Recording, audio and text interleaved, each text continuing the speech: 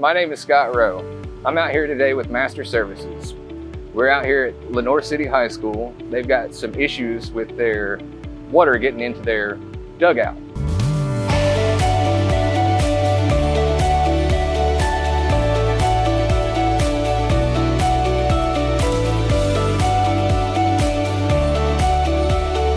They had some water intrusion coming in around the doorway around here.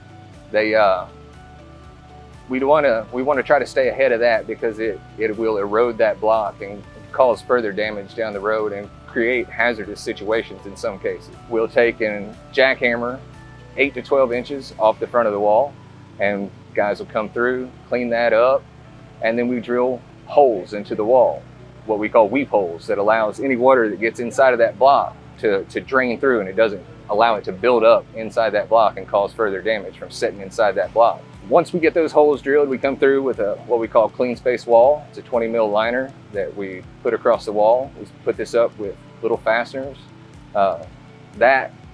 Any water that was to come through that block, that CleanSpace wall is going to force that water down and into our system, into the WaterGuard itself. As we're installing the WaterGuard, we put a level on this and we grade everything around to where we've determined the pump needs to be located.